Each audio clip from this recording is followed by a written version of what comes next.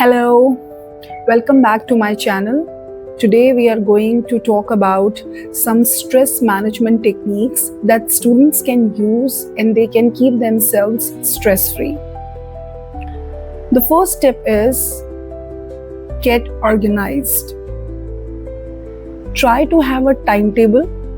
Write down the names of the subjects along with the timing, that which subject needs more timing, which subject needs less timing.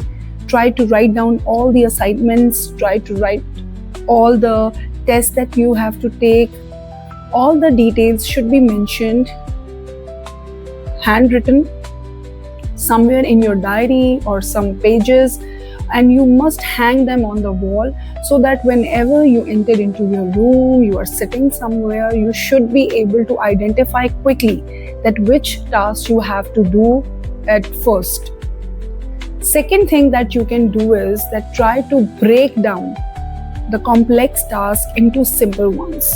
If you have to complete any assignment and it's really difficult, first mention that how you can start it by discussing it with your teachers, friends, or with your parents, and then you can study about it. You can refer to some books, and then you can also do some joint study, some group work, and this is how you will complete it.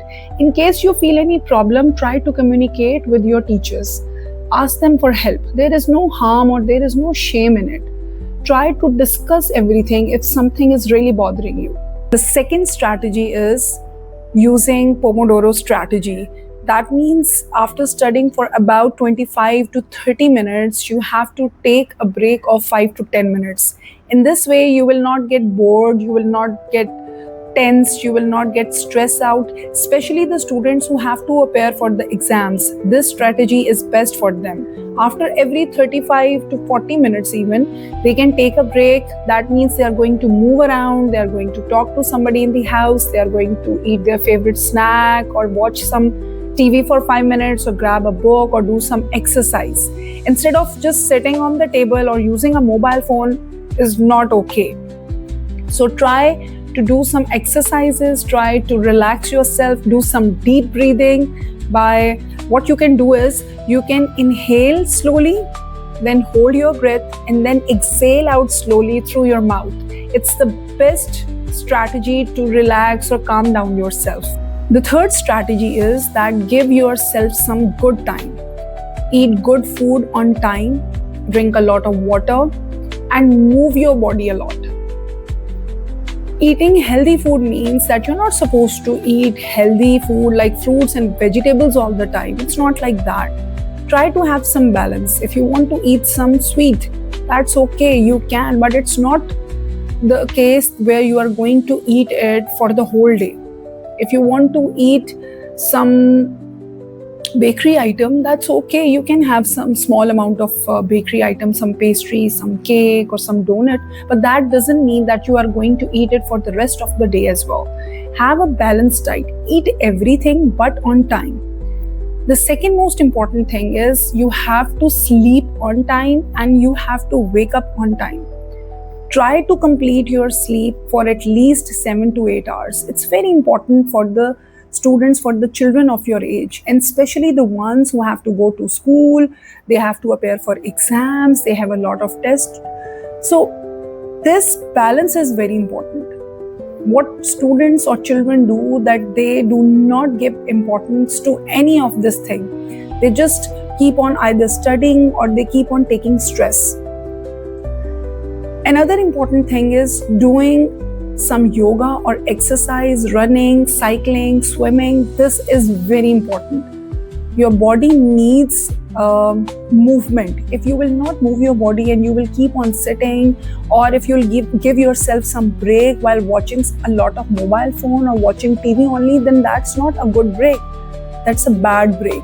You have to give yourself a good break that involves moving your body so that your blood flow will remain good and you will feel active, you will sweat a lot, all the bad energies will move out. So this is something very important that has to be kept in mind. Last but not the least, try to say no. This is one of the biggest thing that we forget sometimes in our lives, that we cannot say yes to everybody on everything. It's okay that a person cannot do everything or cannot complete all the tasks at once. Multitasking is not the only thing. If you cannot do that, it's okay. Try to learn to say no. Nobody is going to say anything to you. Nobody is going to feel bad about it, because we all are humans. We have to learn this thing that we cannot give a lot of burden to ourselves. We have to do things, but step by step. We have to give time to ourselves in order to learn different ways in order to do multitasking as well. Children cannot do multitasking at once, probably, because they are in their growing ages. They need time, they need some space. This is how you learn, you grow.